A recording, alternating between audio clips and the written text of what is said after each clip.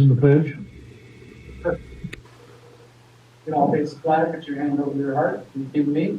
I pledge allegiance to the flag of the United States of America, and to the republic for which it stands, one nation, under God, indivisible, with liberty and justice for all.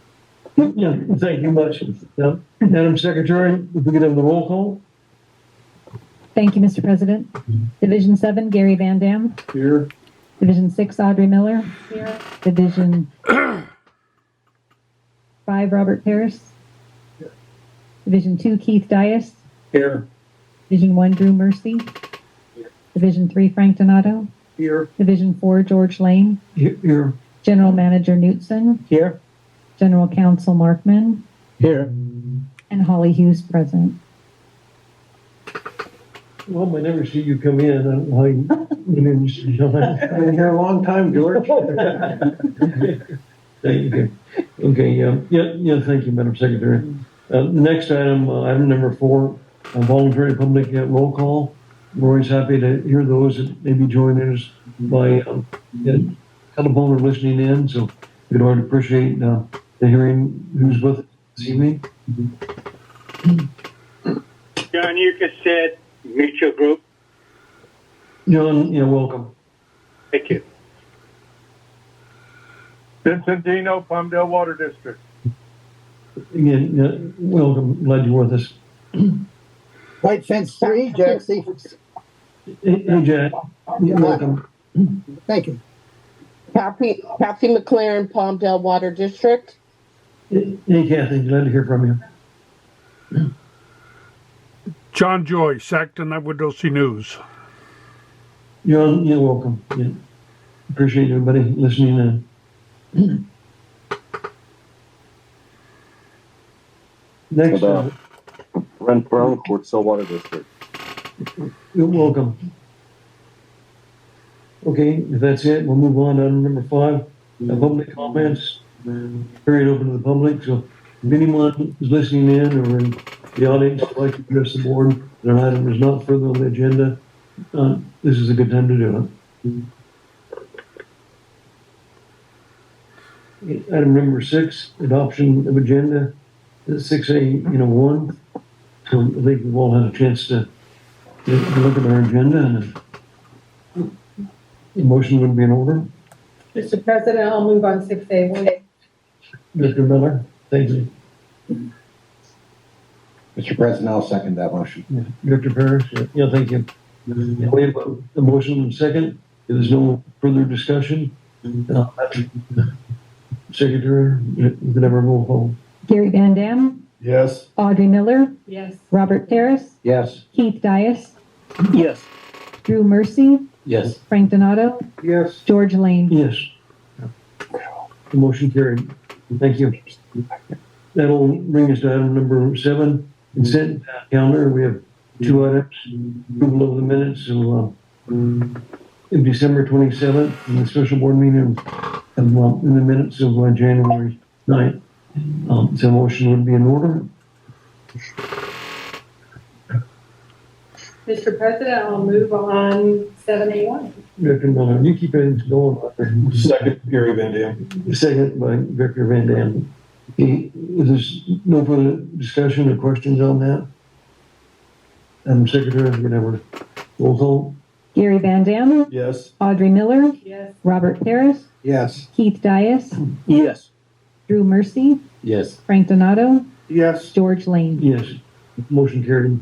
We move on to item number 8. We're going to have a presentation. This is regarding the State Water Project and Delta Conveyance. We have 2 representatives going to be making a presentation this evening, and Matt will turn that over to you to introduce our guest or speaker. All right. Thank you, President Lane, and good evening, board. Before I introduce our speakers this evening on the proposed Delta Conveyance project, I wanted to just say a few words. So staff has invited the representatives from the Delta Conveyance Design and Construction Authority and Department of Water Resources this evening to provide an informational only presentation on the technical aspects and the current status of the proposed Delta Conveyance project. This is the first of several discussions, presentations, and affordability analysis review meetings we have planned with the board over the next several months. The intent of these discussions is to ensure that the full board has a thorough understanding of the proposed Delta Conveyance Project, AVEC's long-term water supply outlook, both with and without the proposed Delta Conveyance Project, and the affordability and financial impact to AVEC's existing taxpayers and ratepayers. This is an important decision before any final decisions are made with respect to AVEC's participation in the project. So, throughout 2024, we plan to have several workshops, discussions with the board, discussing the pros and the cons related to the Delta Conveyance Project, what impact that has on AVEC's future water supplies, both participation and non-participation in the project. We'll also learn more about the project throughout the year. Mid-year, we should receive updated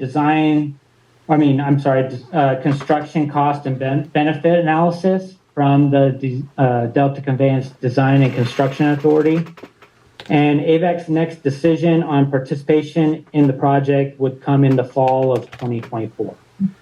So with that, I'll turn it over to Carrie Buckman, who's going to start with the presentation. She also has Graham Brad, who is the Executive Director for the Delta Conveyance Design and Construction Authority. So, Thank you, Matt. Good synopsis. And welcome. Are you visiting from Sacramento? I am, yes. I'm Carrie Buckman. I'm the Environmental Program Manager for Delta Conveyance at DWR. So I'm here from Sacramento, and I really appreciate the opportunity to come talk to you. Thank you for having us. I think it's really, really nice to be able to interact in person again, and I really appreciate that opportunity. Great. Okay, so tonight we're going to talk a little bit. I'll start off with a little bit of why DWR is considering the Delta Conveyance Project. Graham will talk a bit more about what it is and what's included, and then I'll talk a little bit more about planning and permitting next steps. So first, I just wanted to talk a little bit about why the State Water Project is so important to the state, and DWR is the owner and operator of that project. 3 out of 5 Californians depend on water that flows through the Delta. About 2/3 of California's water originates in the Sierra Nevadas, and 50% of those water supplies flow through the Delta. There are 29 state water contractors, including AVEC, that purchase and distribute water from the State Water Project. So it provides water, clean, safe, affordable drinking water to 27 million people, and also helps irrigate 750,000 acres of farmland. And one other thing to note, towards the end of 2023, we released an economic report on the State Water Project, and it's really interesting the economic engine that the State Water Project drives. So I think people have probably heard the statistic that if California was its own nation, it would be the 5th largest economy in the world. And if the State Water Project service area was its own nation, it would be the 8th largest economy in the world. So this is a really important resource to a really large area. And we also recognize the importance of the State Water Project to the contractors, including AVEC, with a population of about 500,000 people. And this is as a supply for a wholesale retailer. And we also recognize that it's not just important to receive the table A and the direct delivery supplies, but also the ability of AVEC to take high flows and excess flows when they're available for storage is a really important water resource. So the reason that we're really looking at the Delta Conveyance Project is to help us prepare for weather whiplash. And this is something we've seen in the past few years pretty clearly. We had 2 incredibly dry years, one of them a record-setting dry year, followed by an incredibly wet year with really extreme events. And we recognize that we cannot wait. We have to adapt to this situation. We have to plan for it. And there's definitely some variability in what we might be facing. Different projections show a decrease in precipitation of about 32% to an increase of 47%. But there are some trends that we've seen already that we do expect to continue, including more precipitation falling as rain instead of snow in the winter months, more extreme drought and flood cycles like what we've seen in the last few years, flashier storms, so these pockets of intense precipitation scattered within drier periods. And the issue is that the way that this flow will change, really including the high flows during winter, cannot be captured and moved with our existing infrastructure. So talking a little bit more about what this means for water management, our water management system is really developed based on older flow patterns. So with more snow and snow falling in the mountains during the winter, that really formed a snowpack that was a storage facility essentially for the State Water Project. So during the winter, there was stream flow in the Sacramento Valley from rain falling in the valley, and then the snowpack melted and provided a stable stream flow into the spring. And we know that's not happening anymore, and it's changing as we move forward. So we're looking at having a different flow regime where we receive more of that flow in the winter when we have limits on our ability to store and divert that flow. So storage facilities are limited because we do have flood protection requirements. So we need to leave a certain amount of storage vacant in case there is a big flood event that we have room to capture that water. And in the Delta, there are water quality and fish requirements in the South Delta that at times can limit our diversions. So adding a point of diversion with the Delta Conveyance Project could help those situations. We want to try to address these concerns that would see the State Water Project supplies decline into the future. Additionally, we are very aware of the earthquake risk that's faced in the Delta. There is a 72% chance of a 6.7 or greater magnitude earthquake in the Bay Area by 2043. If there was an earthquake in the Delta levees are somewhat precarious in some places. And if those levees were to be damaged or fail, there would be salinity intrusion from the bay, and we could have an outage of the State Water Project pumps from a period of several months to over a year. And we need to be prepared for that as well. So how would the Delta Conveyance Project help? The idea of the Delta Conveyance Project is that we would add intakes in the North Delta to allow the capture of water that's available during high flow periods and move that water to storage. And that would allow diversions during times that flows are very high, so we could divert those flows without adversely affecting water quality or species. And it would help guard against these declining baseline supplies of the State Water Project, which was really a great concern for us. So modernizing this infrastructure would also help protect against seismic risk and sea level rise so that we can capture, move, and store water when it's available. And this slide shows that declining baseline that I've been talking about. So if you look at the blue line on the figure, that shows what happens without the Delta Conveyance Project. So moving forward from now into the future, we expect the State Water Project baseline supplies to continue to decline because of a combination of factors that we've been discussing.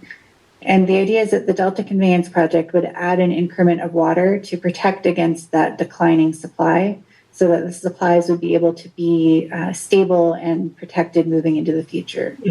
And the Delta Conveyance Project would yield about 500,000 acre-feet of water per year on an average basis, which is about enough for 5.2 million people. And just to add a little bit, I know that we talk a lot about modeling results and simulations, but one of the things that we've done in the past couple of years is we've run some calculations of what would have happened in these years if the Delta Conveyance Project were operational. So in 21-22, that water year was a critically dry year, but we had record-setting storms in October and December. In October, we had about 5 inches of rain fall in 24 hours. And if we had been able to capture water during and immediately after those events when the flows were very high, we would have increased diversions by about 236,000 acre-feet of water, which is enough for about 2.5 million people for a year, or nearly 850,000 households per year. And if you think in terms of State Water Project allocations, that's about a 5% State Water Project allocation. And during an incredibly dry or critically dry year, that would have been really valuable. Last year, during January of 2023, I'm not sure if people remember, but there was a very wet system that came through, multiple wet systems that caused quite a bit of flooding in Northern California.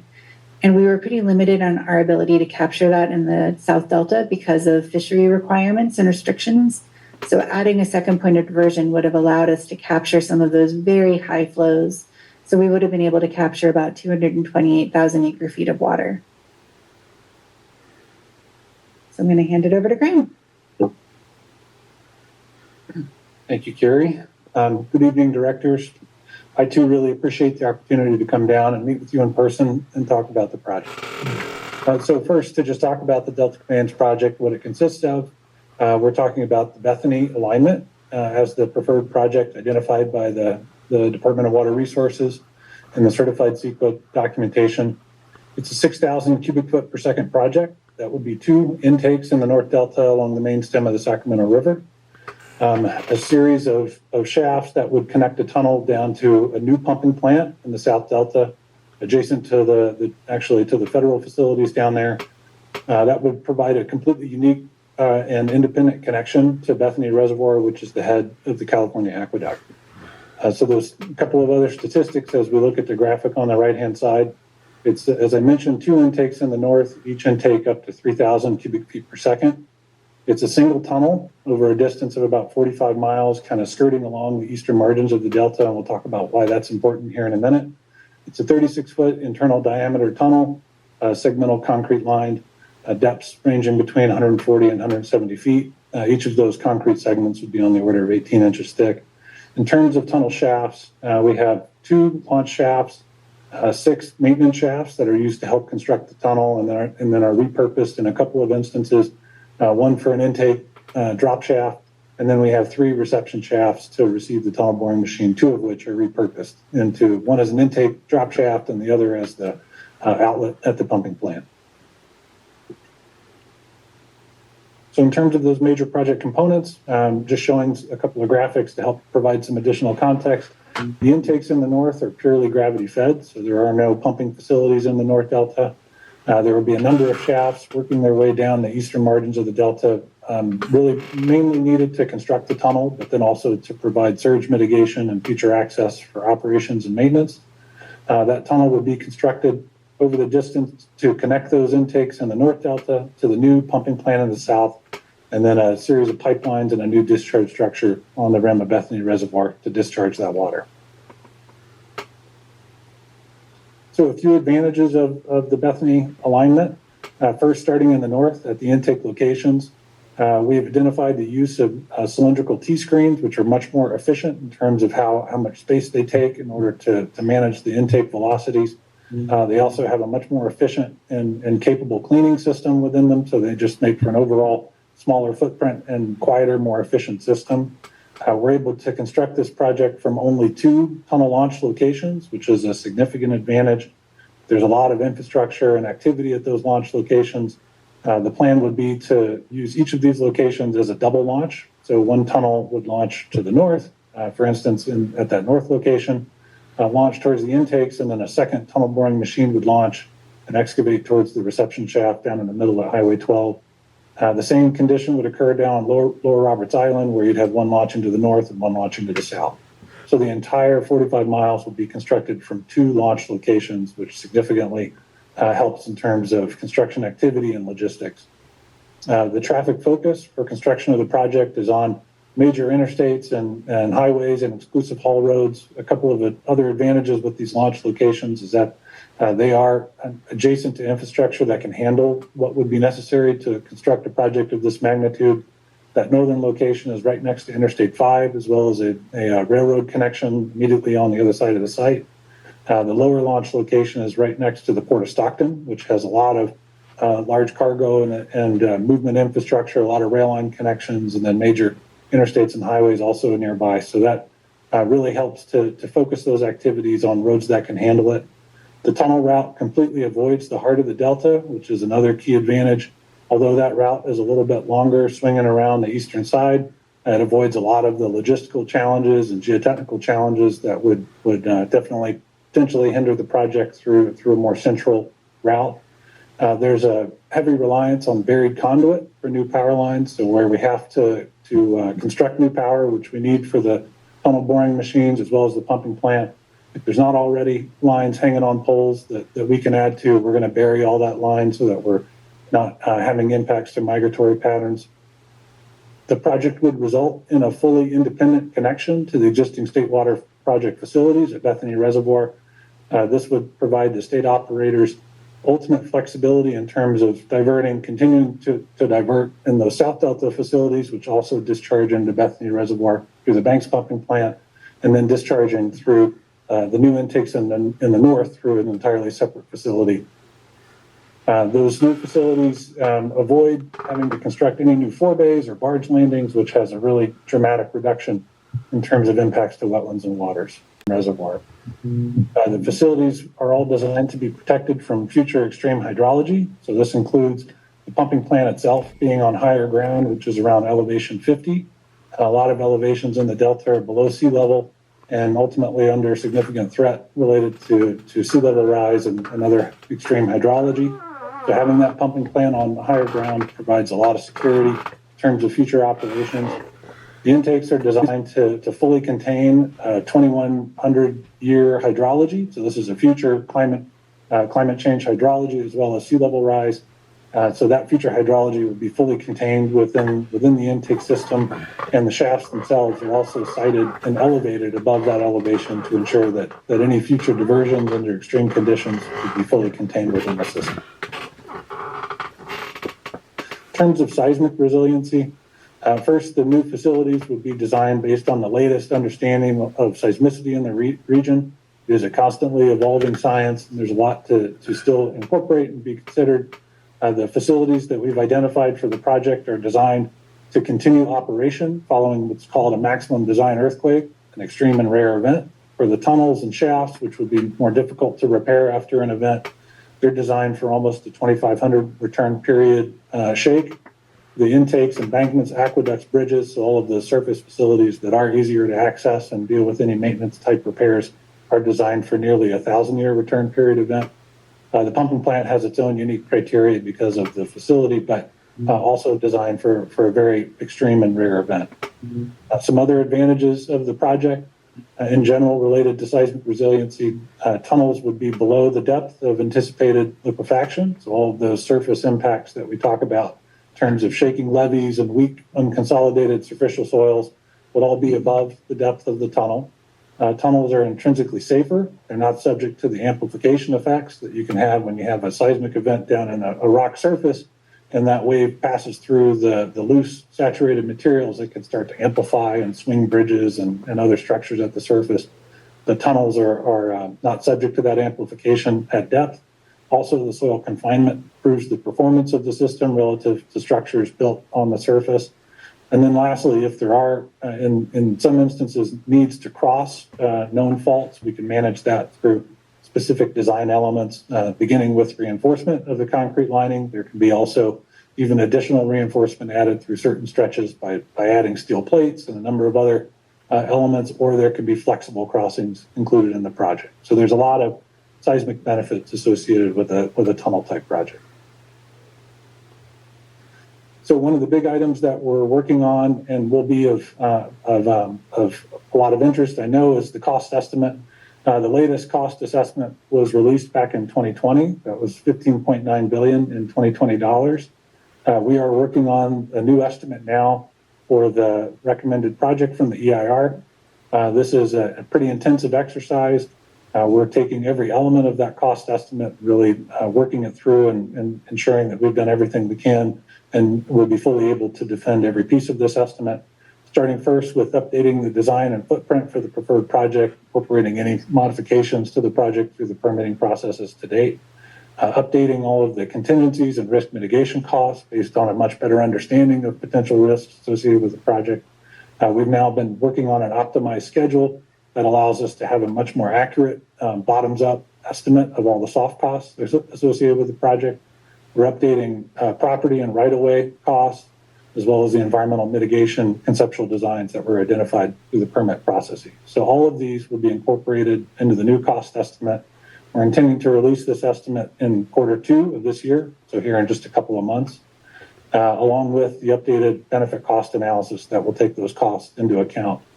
Additionally, we're continuing to look at potential cost-saving concepts. So this is taking in, we've been doing a lot of work to collect subsurface conditions, data around subsurface conditions throughout the Delta. We know the assumptions that we use, which were appropriately conservative for the environmental document. But now as we continue to collect this information, we're going to be looking for, and we'll continue to look for opportunities to improve constructability, refine those design assumptions, and also leave room for industry innovation. And it's our plan to provide some additional context around these potential cost-saving concepts as we work our way towards the cost estimate.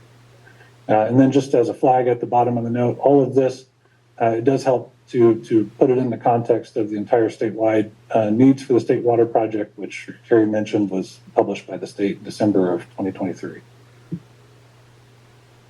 So in terms of the design development at the DCA, we're working this year also on the project engineering report. This will be just a succinct deliverable to document all of the engineering considerations associated with the Bethany Reservoir alternative. There were a number of alternatives in the CEQA document evaluated in the EIR, so we just need to pare this down to the single project and make sure that it's coherent and understandable and useful for the future. That will be really the last major engineering deliverable associated with the current scope of work that we've been working on. The next phase activities that we're starting to turn our sights toward would be to advance the design for the preferred project from a concept level to something approaching preliminary design. In order to do that, we need to collect a lot of geotechnical and environmental data to better understand subsurface conditions. There's a lot of survey information that we need: ground survey, aerial, geophysical survey. There's a lot of property access, land acquisition activities. Then we are starting to, through our scheduling work and mapping out these design activities, considering the procurements associated with the feature design teams that will be necessary to advance the project. And then it's certainly possible that depending on the trajectory of the program, there may be some elements of the environmental mitigation that will start to approach the implementation phase. So with that, I will hand it back to Carrie.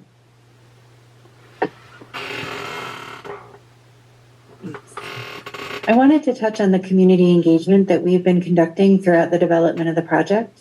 We've really focused on environmental justice and disadvantaged communities outreach. We consulted with statewide experts to develop a set of best practices, and we've been implementing that to really try to help inform and engage the disadvantaged communities in the Delta.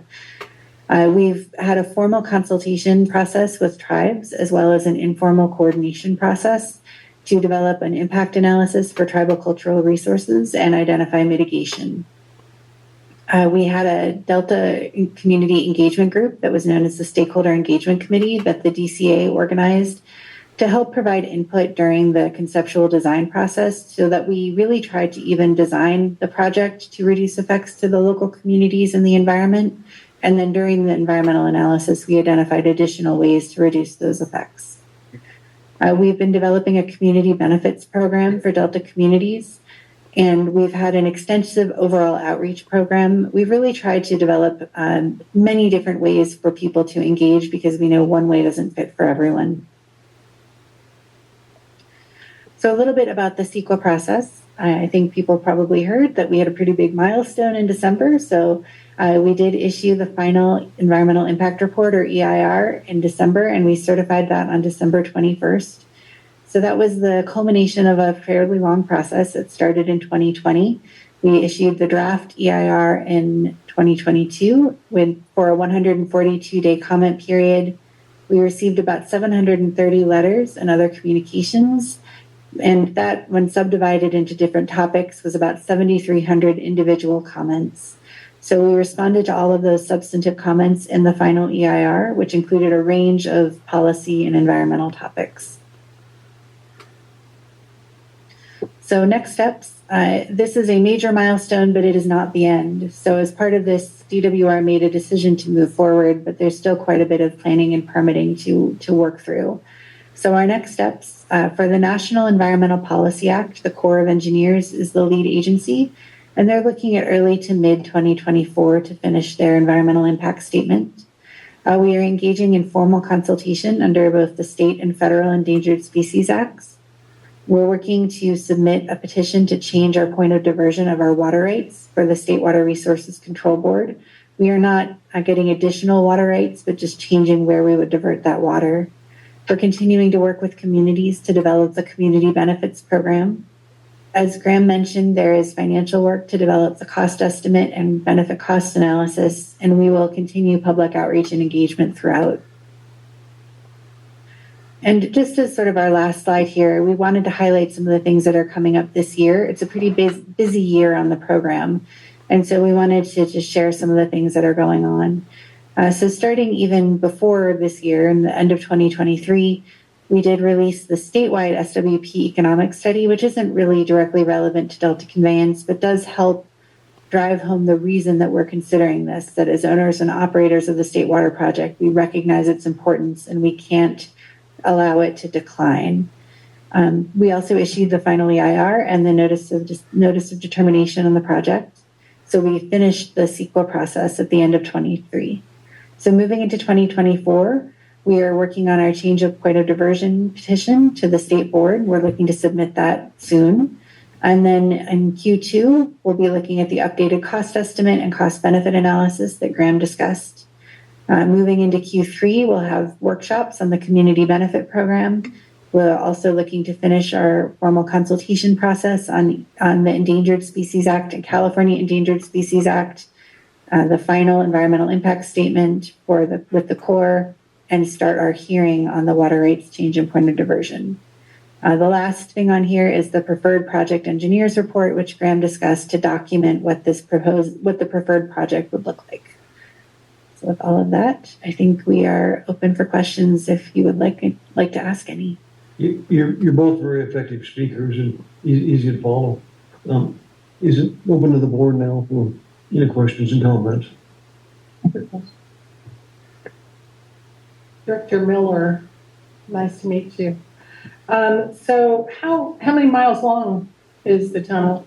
45 miles. 45 miles. And are you acquiring the property where the tunnel is going to be? Or are you getting easement underneath? How deep is it? So the idea would, there would not be a need to acquire the land over the tunnel. There would be a need to permanently restrict activities on top of the land so that no one could drill a well or something like that that might damage the tunnel. But much of the region is agricultural, and there's no reason that agriculture would not continue to operate through those easements. It would just be a limitation on what could happen in the future. How deep is the tunnel underground? It's about 150 feet. Yeah. And then the Bethany Reservoir that you want to put in, what's the proximity to like San Luis or what we're used to? So Bethany Reservoir exists now. It's part of the State Water Project. It's not a large reservoir compared to San Luis. I mean, I think it's on the order of maybe 25,000 acre feet, but I think that's a loose recollection. It's really a wide spot in the California aqueduct. It also has the South Bay pumping plant connection to it. So that's where the South Bay aqueduct portion of the State Water Project lifts and takes off towards the Bay Area. It's the current discharge location of the Banks pumping plant, which is the State Water Project plant now that lifts water out of Clifton Court, puts it into Bethany Reservoir, and then it flows south from there. It sounds like San Luis is south. It is, sorry, yes, I was thinking size, but yeah, San Luis is south of there. Okay. Anything you want to add, Carrie? State Water Project? Okay. Yeah, I think you addressed all my questions. Thank you very much. Sure. I have a comment.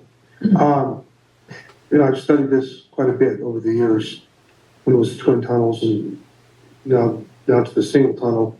My only comment I would like to make is that under what is proposed, under the 27 contractors could not handle something like this. This should be a statewide initiative when it comes to that direction, because it's going to benefit the entire state, not just the 27 contractors. So I just want to throw that into the equation.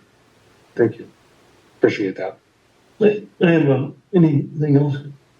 I have a quick question, George. Do we have any estimated time for breaking ground for this project? I think that's still up in the air. It depends on the trajectory that we continue on. I think ideally we'd be breaking ground around 2030. 2030. Okay. Yeah, I had a comment. In light of California losing population, decreasing in this was originally planned, the population is increasing.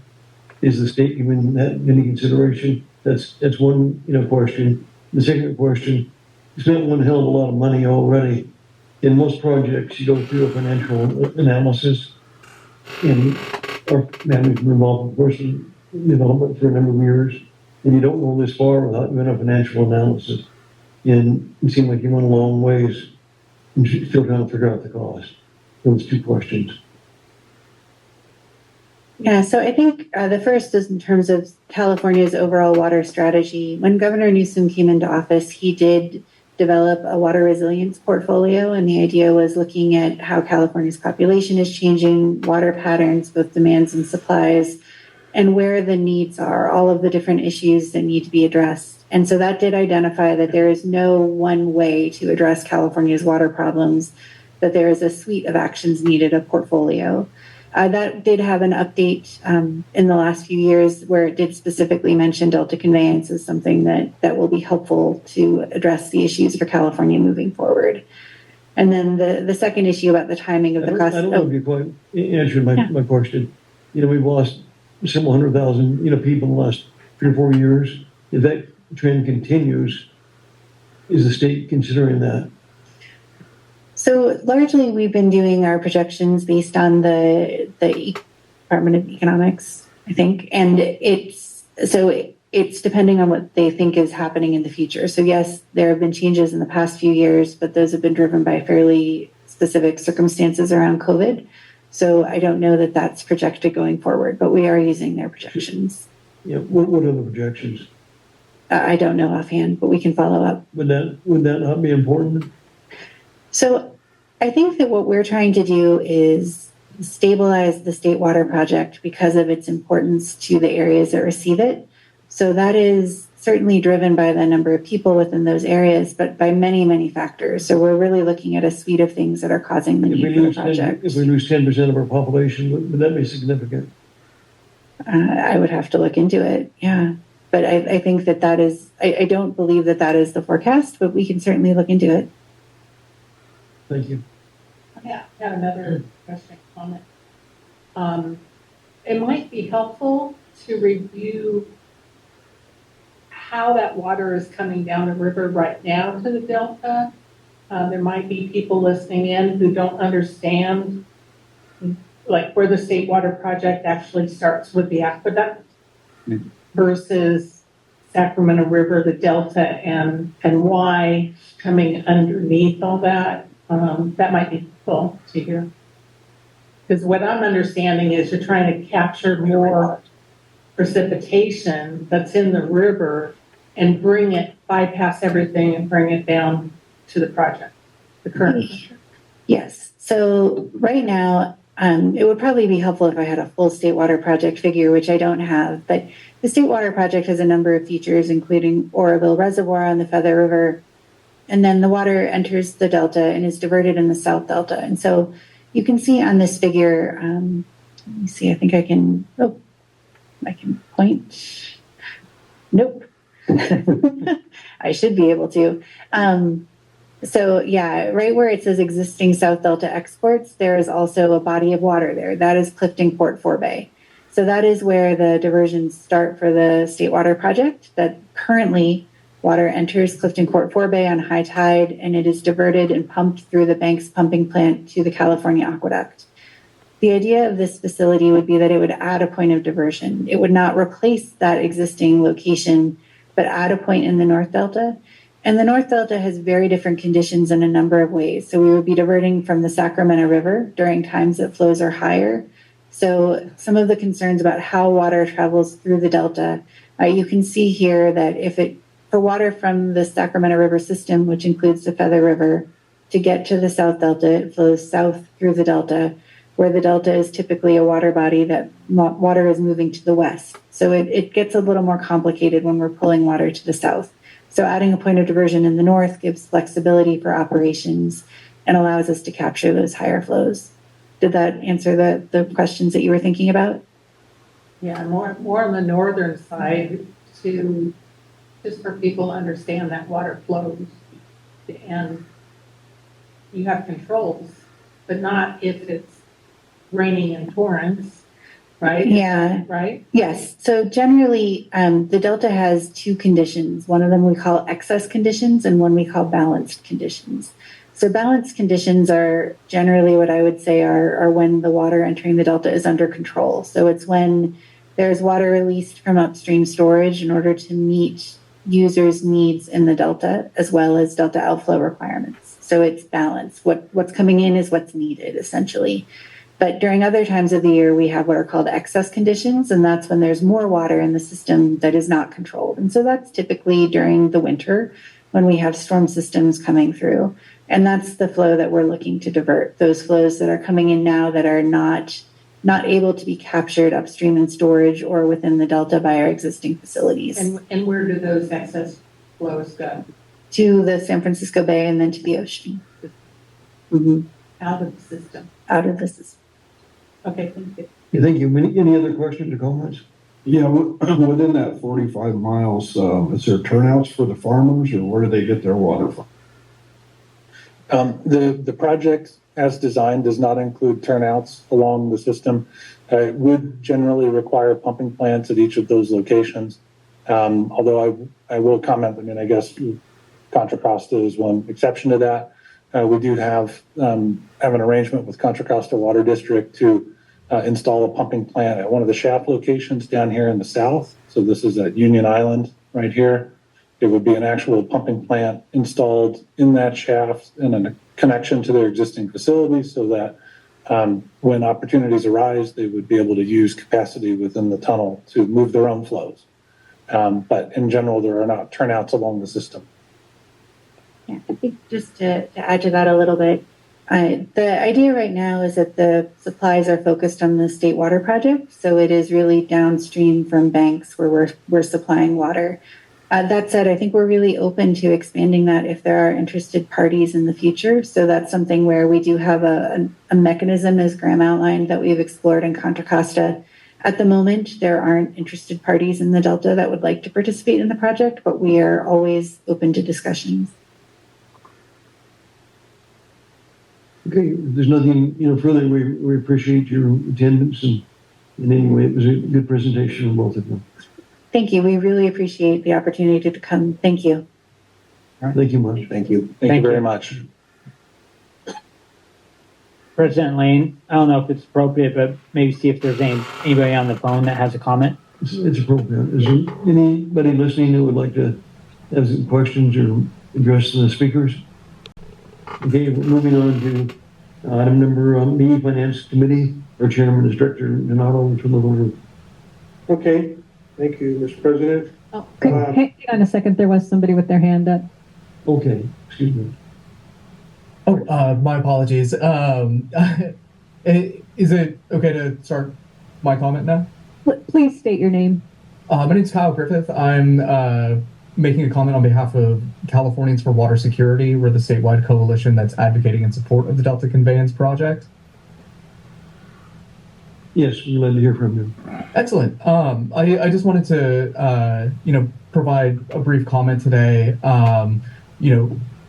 As part of the environmental impact report process, our coalition submitted a letter of support signed by nearly 40 organizations, including labor unions, businesses, local governments, and taxpayers, including Kern County Taxpayers Association, in support of this project. Our coalition feels that it is a vital piece of California's climate adaptation strategy and ensuring the reliability of water deliveries throughout the state. This version of the project is very different from previous versions. As Carrie and Grant demonstrated, it has been downsized, refined, rerouted, and redesigned to be the best possible project to protect California's water security. Our coalition has conducted some polling over the summer and found that across regions and across demographics, this project is supported because it's a vital infrastructure upgrade. We're really looking forward to working with Avek's board and other water agencies as they take it through the permitting process, and appreciate you guys taking the time to consider. Thank you. We appreciate your comments, and anything you would like to send Avek regarding the letters or We would appreciate it. Okay, thank you much. Is there anybody else who would like to address the board? Okay. Director Donato. Okay, thank you. We'll try this again. Okay. AP1, consider a possible action to accept and file the check registry list, the period of December 28th, 23 through January 10th, 2024, and it's in your agenda on page 85. And Matt, you're going to give us a little. Yeah, I can give a brief overview. Thank you, Director Lane. So the Finance Committee went through the checklist in detail. This was last Thursday, our regular meeting. There were a couple items that jumped out. The first item on the first page, payment to DWR, about $7.1 million. This is part of our statement of charges or fixed cost on the state water project. And just a reminder, our typical monthly payment is about $1.6 million, but we do pay two large payments a year, one in January and the other in July. So that's why this month is high at $7.1 million. We went through the various credit card statements for the agency managers or department managers. And on page 3 or page 88 of your board packet, item 55 is our annual payment to the Nickel family. That's associated with the 1,700 acre feet of nickel water supply. That is reimbursed by San Gregorio Pass Water Agency. And those were kind of the highlights of what was discussed with the committee, but we'd be happy to answer any questions you may have. Any comments or questions? I'll make a motion then on 8B1 that we approve the check registry. We have a motion by Director Nall. Do we have a second?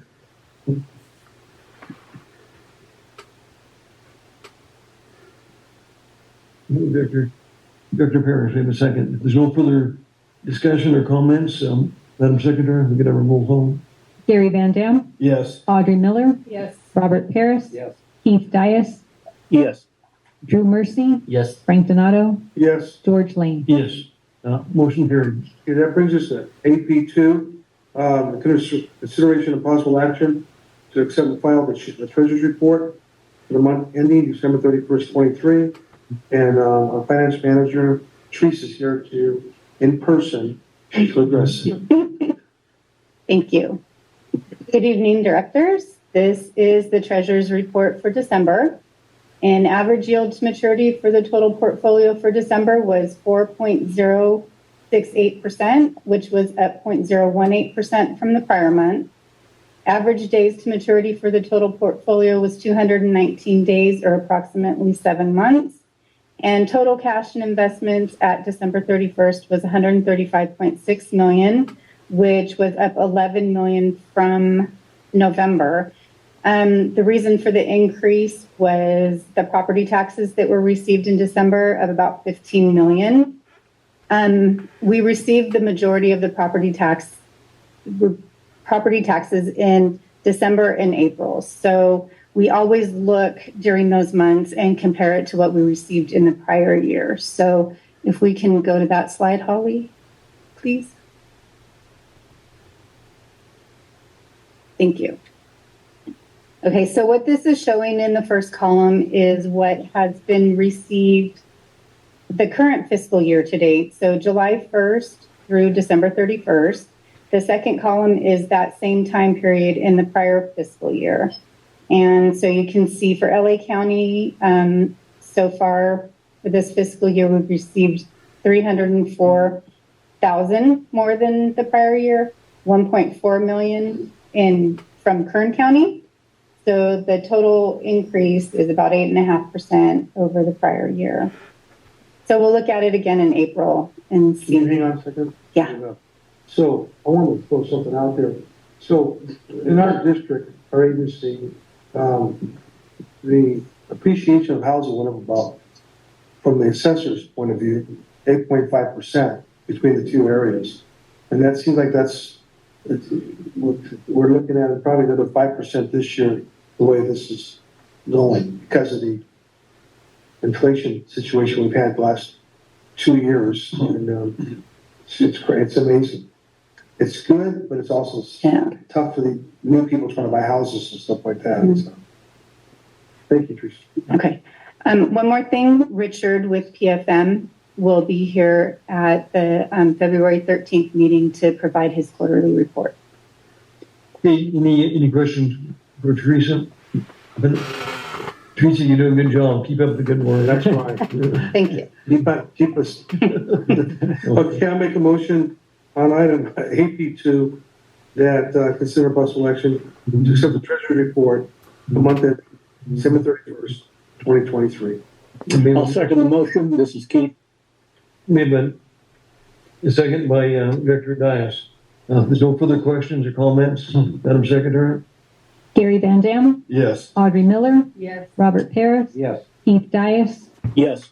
Drew Mercy, Yes. Frank Donato, Yes. George Lane. Yes. Motion carried. Thank you, Director Donato. Then we'll move on to the next item, the Personnel Legal Committee, and the chairman of that is Rob Paris. And I'll turn this over to Patty. Go ahead. Our HR manager. Good evening. Thanks for having me. Okay, this one, you have it in your packet. It's the new reproductive loss leave. It's a statutory law that was signed October 11th and went into effect as of January 1st. This leave allows for up to 5 days of unpaid leave when there's a reproductive loss is suffered by one of our employees. The reproductive loss includes failed adoption, failed surrogacy, miscarriage, stillbirth, or an unsuccessful assisted reproduction. The employees may use sick leave or vacation time to cover the time off, and they cannot take more than 20 days in a 12-month period. The policy was reviewed by Rebecca Green in Mr. Markman's office and also by our Personnel Committee. Any questions? Okay, there's no further questions. It's a state law that we're following. It's a state law. It's a statutory law, yes. Okay, so motion would be in order. And Mr. President, I'll move approval of Board Order 8C1. Director Paris, we have a motion. Director Miller will second that motion. We have a second by Director Miller. There's no further questions or comments, Madam Secretary? Gary Van Dam, Yes. Audrey Miller, Yes. Robert Paris, Yes. Keith Dias, Yes. Drew Mercy, Yes. Frank Donato, Yes. George Lane. Yes. Motion carried. Yeah, thank you. Thank you, Patty. Thanks, Patty. Good job. Move on to item number D, the Water Master and Groundwater Committee. And that is, chairman is Rob Paris. Rob, will turn it over to you. And I'll turn it over to Matt. All right. Thank you. Thank you, Director Paris. Good evening again. So you may recall each year, maybe sometimes twice a year, the Water Master requests replacement water from the Antelope Valley State Water Contractors Association. And the state water contractors of Avek, Palmdale Water District, and Little Rock Creek Irrigation District review that request from the Water Master and establish a plan in providing the replacement water at the request of the Water Master.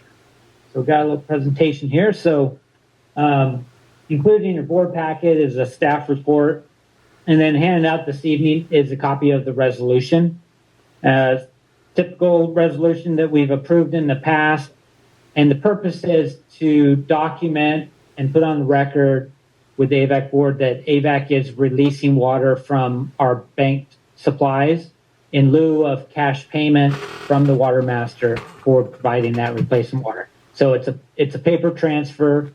We document in our bank supplies the release of that water, and it goes to the basin where nobody can pump that water in the future. So you can see on the top left, it's a table showing that the Water Master received a total amount of $378,189 from pumpers within the adjudication that pumped above and beyond their production right. So those funds have been received by the water master, and that is for a total of about 633 acre feet over the last, 12-month period. And on the top left chart, you can also see the breakdown of where that overproduction occurred and which state water contractor agency is responsible for providing the replacement water. So based on the breakdown of where the overproduction occurred, AVAC is providing 454.2 acre feet of that 633 acre feet total. The other two agencies are making up the difference. And in exchange for providing the 454.2 acre feet from AVAC's bank supplies, we agreed to receive a payment of $277,612.60. So that's the purpose of the resolution. It documents that transaction and allows us to receive the payment. This item will also be on the Water Master's agenda tomorrow to approve the plan being proposed here in the top left. So with that, I'd be happy to answer any questions you may have. That's more of a procedure. I have one question. The other agencies involved, where is their water coming from? So the other agencies, Palmdale Water District and Low Rock Creek Irrigation District, they both have been recharging their state water project supplies within Big Rock Creek. Okay. And Palmdale Water District also has access to the upper Amargosa Creek. Okay, that answers it. Thank you. Yep. Just a quick, it's Low Rock Creek, not Big Rock Creek. Oh, thank you. You're welcome. Yeah. And Mr. President, I'll move approval of Board Order 8D1. Okay, we have a motion by Director Parrish. We have a second. Director Miller will second. Okay, Miller, second. If there's no further questions, Madam Secretary? Gary Van Dam, Yes. Audrey Miller, Yes. Robert Paris, Yes. Keith Dias, Yes. Drew Mercy, Yes. Frank Donato, Yes. George Lane. Yes, motion carried. Andre, if it wasn't for you, we'd still be on the first item right there. So, thank you. Okay. Mr. President, I'll have Matt do the next item. Okay. All right. So this is our typical monthly review of the upcoming Water Master meeting. We have a meeting tomorrow morning. It starts at 9 a.m. versus 10 a.m. So if you're going to tune in at 9 a.m. Including your board packet on page 116 as a brief staff report. Number of items on the agenda tomorrow. If you could go one slide. So on the agenda, item number 11, we've reviewed this before as Water Master or as an AVAC board, but it's the MOU between AVAC and the Water Master for AVAC to provide interim administrative services for the Water Master. So I think we're all familiar with this. AVAC board approved it. Tomorrow it will be considered by the Water Master board. There's a couple comments out of the advisory committee question about should there be a term on the agreement, because we kind of left this open-ended with a 30-day notice. Either side can cancel the agreement, but the couple of the advisory committee asked if there could be a term on it. So we'll see if that comes up tomorrow for discussion. I think we're good with it the way it's written. Another question by the advisory committee is they wanted a published rate of the individuals that will be working on this task for AVAC, hourly rates and the total cost. And they wanted some commitment that we are following the scope of work that was attached to the MOU, which obviously we approved the MOU, so we're committed to that scope of work. And that's it on that item. Next slide. And feel free to jump in if you have questions. Yeah, so tomorrow starts at 9 instead of 10. Right. Okay. A question, I mean, in terms of adding a term, the previous manager had a term, but since it's the consensus board and it just goes on unless you get 5, I'm not sure if would that be necessary? I don't think Really, either way, it just requires 30-day all notice. 5 people members to agree. Exactly. And we didn't want to tie it to a time frame, not knowing how long the selection process or recruitment process for a new administrator is going to take, whether it's going to take 6 months or 12 months or longer. So, anything to add to that, Director Paris? No, that's it. The term, we had talked about putting the term in, but we're putting out a request for proposal as quickly as we can for new administrators. Like Matt says, we have no idea how long it's going to take to get one. And so it did not make any sense to put in a specific term, just the 30 days that we can provide notice. And so that's the reason no term was in there. We just talked about this item. It's the replacement water plan to be officially approved tomorrow by the water master. So hopefully Director Paris supports that. I don't see any reason why we wouldn't. Next slide, Holly.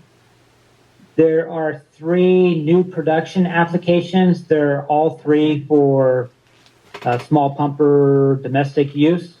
You can see 2 single-family homes and one church with minimal landscaping. The advisory committee recommended approval of all 3. Correct? Yeah. So all 3 are recommended to be approved. Next slide.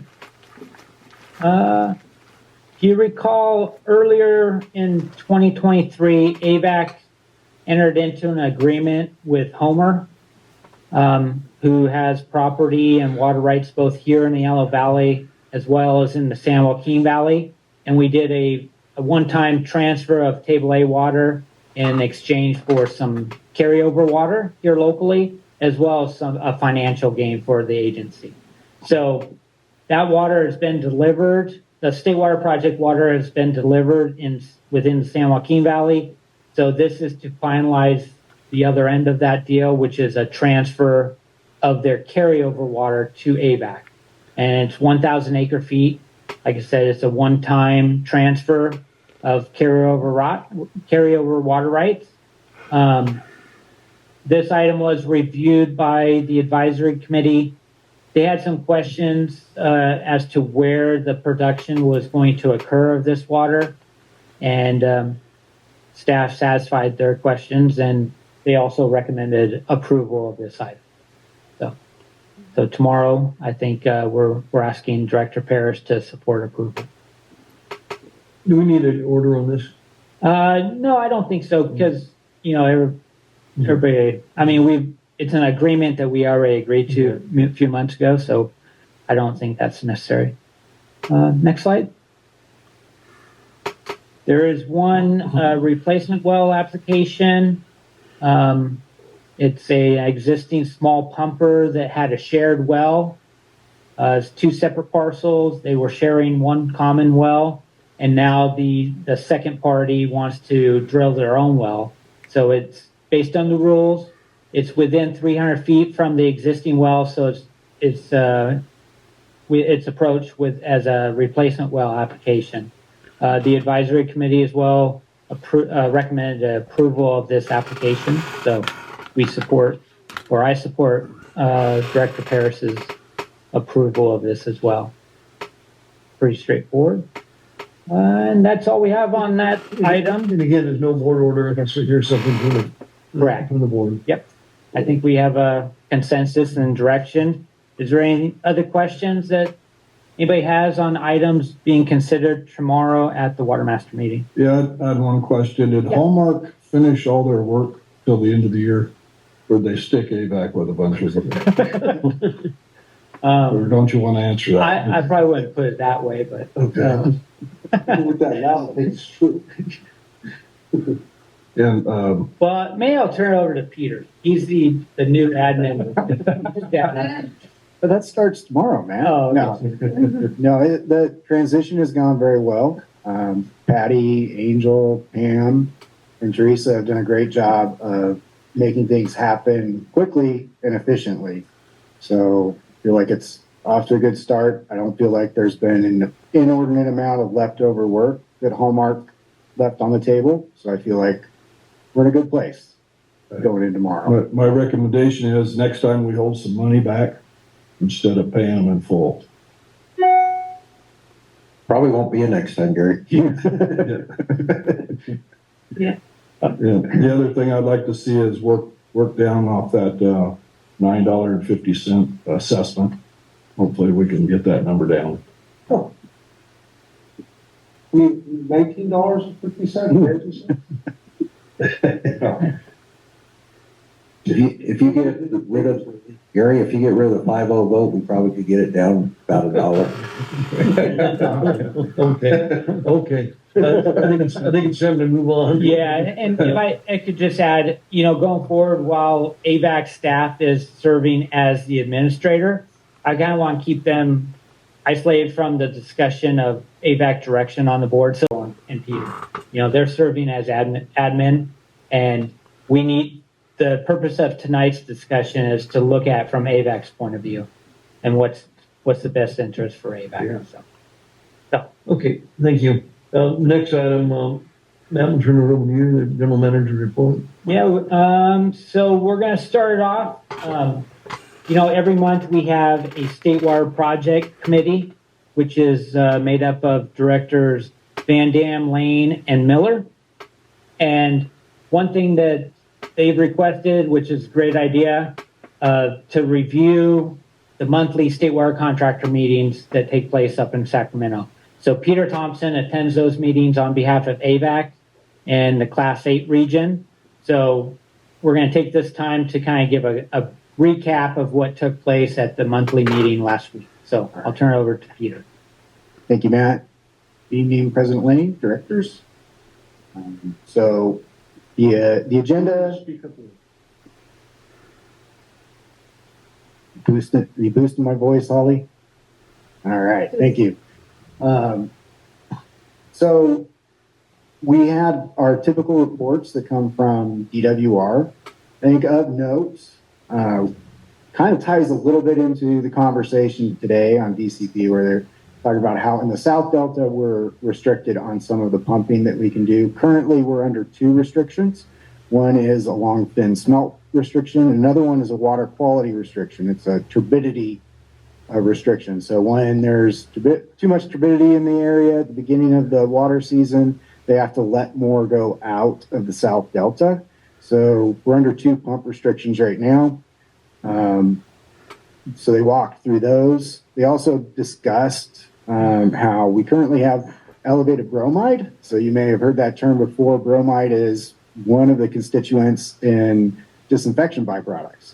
And that's typical for this time of year, but it's one of those things that we're going to be keeping an eye on moving forward. Also skipped over, we had a good presentation from Alameda Water District. They're up near the San Francisco Bay. They use State Water Project in a much different way than we do. I believe it was close to 80 years ago, they were put in charge of the aquifer in their area because it had been severely overdrafted and salt water had intruded on a pretty complex, multi-layered aquifer.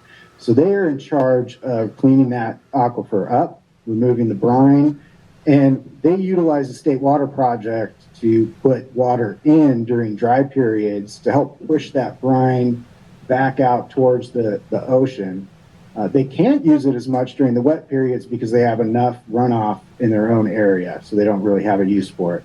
It's a little different, but interesting to hear how they utilize the State Water Project up there in that area. We had a board action item that revolved around budget. What these people were contacting me about. Thank you, Holly. And typically, state water contractors bills for 90% of their budget, and then they only bill for the remaining 10% if they need it. And they didn't need it. They're under budget this year, so they asked for permission not to go out and collect that final 10%. So that was approved. What was the 90%? What was our share? I think our share is close to $400,000. So our 90% would be the 360. Also, of interest to the board, the state water contractors are heavily involved this next month in interfacing with our permitting agencies. So both on the state and federal level, they're working on new permits for the South Delta pumps. And that'll have a big impact on how we can move water in the South Delta in the coming years. They're also engaged with those same agencies and other water rights stakeholders over the voluntary agreements. One of the things that came out of that meeting is it may be, they encourage that staff and board from other state water contractors attend virtually the State Water Resource Control Board's workshops on the voluntary agreements. And those will be coming up in March, and I'll be happy to pass those dates along to Holly should you want to attend and listen to the voluntary agreements workshop. Also was made aware that while not a state water project direct impact, there is going to be an AWWA sponsored workshop on the Colorado River solution, and that'll be coming at the end of February. It doesn't directly impact us, but shortages of water in that system do have put pressures on the state water project that to provide extra water, particularly in dry periods. So that may be informative, and I'll also pass that along to Holly should you be interested. Other things of importance, state water contractors are working really close with DWR on helping them improve their financial reporting to help provide a little more transparency to agencies like Avek so we can understand where our costs are going to better and make sure that they're being monitored appropriately. And then also to resolve some long-standing dispute items that have come up through previous audits. So state water contractors very involved in finance. We'll probably be hearing about some of those finance issues over the upcoming year. And then we also kicked off the dry year transfer plan or program. So that will be, we're going to be meeting on that on Friday to discuss that program. And we'll possibly be bringing back a decision to the board to consider participating in that program should the allocation stay low this year. And that's the highlights, but also I know we had some directors in virtual attendance. If you have any thoughts or questions on that, I'm happy to answer them. Okay, I have a question. So the meeting you attend is the state water contractors, which basically is what, 27 contractors? Correct. Okay, so I just want to mention this, what should be on the agenda every single meeting is what we just heard earlier tonight. To me, that seems like that's going to be a priority. So maybe you want to bring that up, Powers, to really get involved in this situation, because there's 27 of us, and 24, 25 are so small. Who in the hell is going to absorb all this stuff? You know, so, I mean, if we get it, if we nip it now in the tail right now, there's hope. But my comment is the whole state should be doing this together because it affects the entire state of California. And if we cannot be light on this, since we're a member, one of the founding members, basically, of this organization, I just want to bring that up, that needs to be really seriously looked at in those meetings. Good, a good comment. Really, we knew very little what was happening until just, recently. That $360,000, you just look at it immediately, that's just shy of $1,000 a day. More than that, if you would include holidays and weekends, but that's nothing, that's substantial. Understood. And then several dollars an acre foot or water, per acre foot of our sales. I did listen in on the meeting. It's very interesting what they bring up. And one of the things you didn't mention, which Matt usually does, is the water forecast for the year that didn't Jennifer present that? The water? Molly White from DWR. Yeah. Yeah, so that portion was interesting. Are you reporting on that? Yeah, we have one slide following this discussion where we'll hit on water supply and some of the storms that are projected. Yeah. Yeah. And then I would agree with Director Donato that since the state water contractors are going to be involved, those who are involved in the conveyance project, the Delta conveyance project, that we need to be on top of that. And I agree, it should be an agenda item, I would think, for them going through this process. You know, it's interesting you say that. Something that's dawned on me. Our state legislators, need to be involved in this. The Board of Supervisor, which is district, the D40 in our area. I mean, it's going to affect every one of these people. So I don't hear enough of it unless I'm here at this meeting or we have these people in front of us. But here we are, our own organization. There's nothing, they're not even discussing it. And so we need to somebody needs to put some meat behind it and get this thing going. Yeah. Man, those dues is pretty close to $6 or $7 an acre foot, man, our water rate. At least, Yeah, we can give a presentation to show a breakdown of their budget, the state water contractors as a whole, what the budget includes and what that fee that AVAC pays. But we know it adds $6 or $7. Yeah. You want you to double it. Yeah. Yeah. Yeah. And my dad used to say, if you don't think it's a lot, just go try to borrow it. That's it. Yeah. Anything else? Did you have something to say, Director Van Dam? Looked like you were going to say something. No, you're good. Oh, and speaking about that, what about the $9.50 an acre foot for water master that goes up? I'm going to be closer to $19.50. So we'll plan on briefing the board every month with what activities are going on within the state water project. Very good. Yeah. And continue your report, Matt. Yep. Yeah. Thank you, Peter. So next slide, we have just a couple more slides. So, there's been some recent storm events up north or throughout the state. You can see the dark blue line there. Last week or so, there's been a pretty good uptick. We're now right at 80% of average. So based on this index, it went up to just under 20 inches. So we had a operations call yesterday afternoon, and they had the DWR climatologist guy, weather forecaster guy, and he's really good. He's definitely better than your Channel 4 evening news weather guy. But they are projecting some atmospheric rivers in the coming days and weeks. So fingers crossed that we'll see this increase. And we probably won't see an immediate jump in allocation, but if the storms continue, definitely later in February or early March, we'll get a bump in allocation.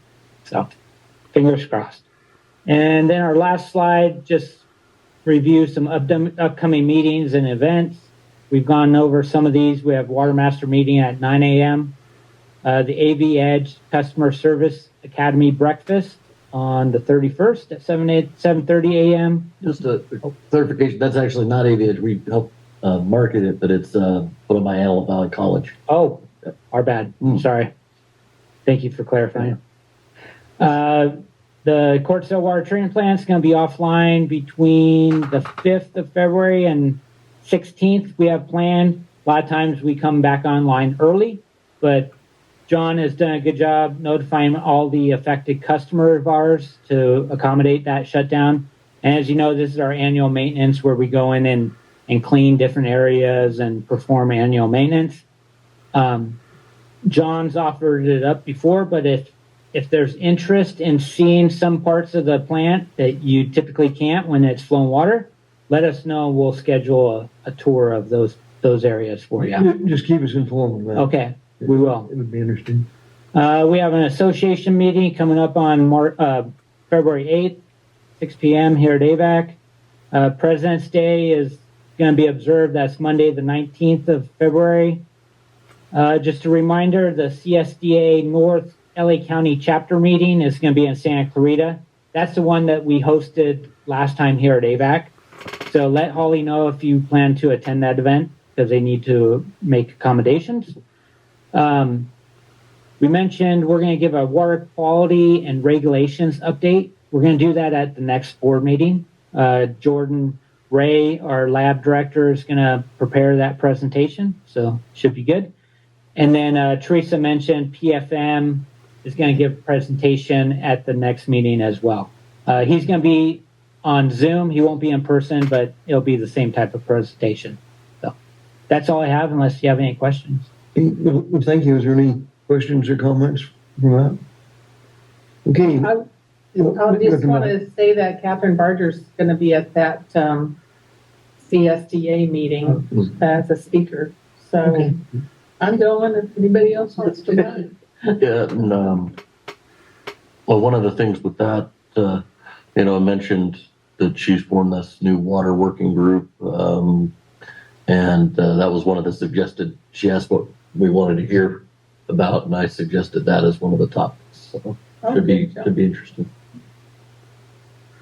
Okay, thank you much. Yeah, Matt. thank you. We'll move on to item number 10, director's reports. If there's any director has anything to report, now's the time to do so. Just as being on the board or the executive committee for the Special Districts Association for North LA County, with Palmdale Water District Director Gloria Disbank stepping down, we have a vacancy.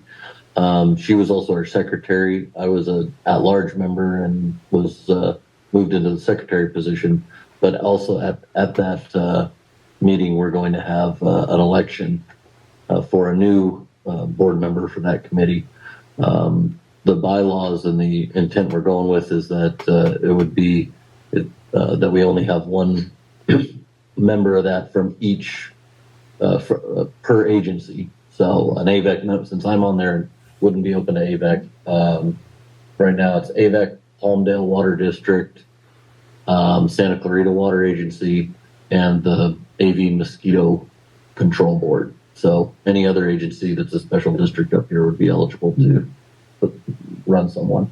Well, congratulations, Secretary. I hope that's okay. Yeah, and that election it's one vote per agency. But with this one, we are just doing the election there, so we won't know in advance. So I don't know how we do that. Last time, I think we just chatted amongst ourselves, the directors that were there, but we'll have that coming up. Thank you much, Jim. Thanks. Nothing further in the director's reports. We'll move on. Is there more attorney? Do we have any comments at this time? Jim Markman, do you have any comments? Doesn't look like Tilden does. Okay. Any request for future agenda items? Okay, we do have reason to go into closed session, is that correct? We do for 13B. Okay. So a motion would be in order to go into closed session. Mr. President, I'll move that we go into closed session. Yes, sir. Another motion. And second from Director Donato. Okay. Madam Secretary, if we could have a roll call. Gary Van Dam, Yes. Audrey Miller, Yes. Robert Paris, Yes. Keith Dias, Yes. Drew Mercy, Yes. Frank Donato, Yes. George Lane. Yes. Motion carried. Take a 5-minute break. 5-minute break.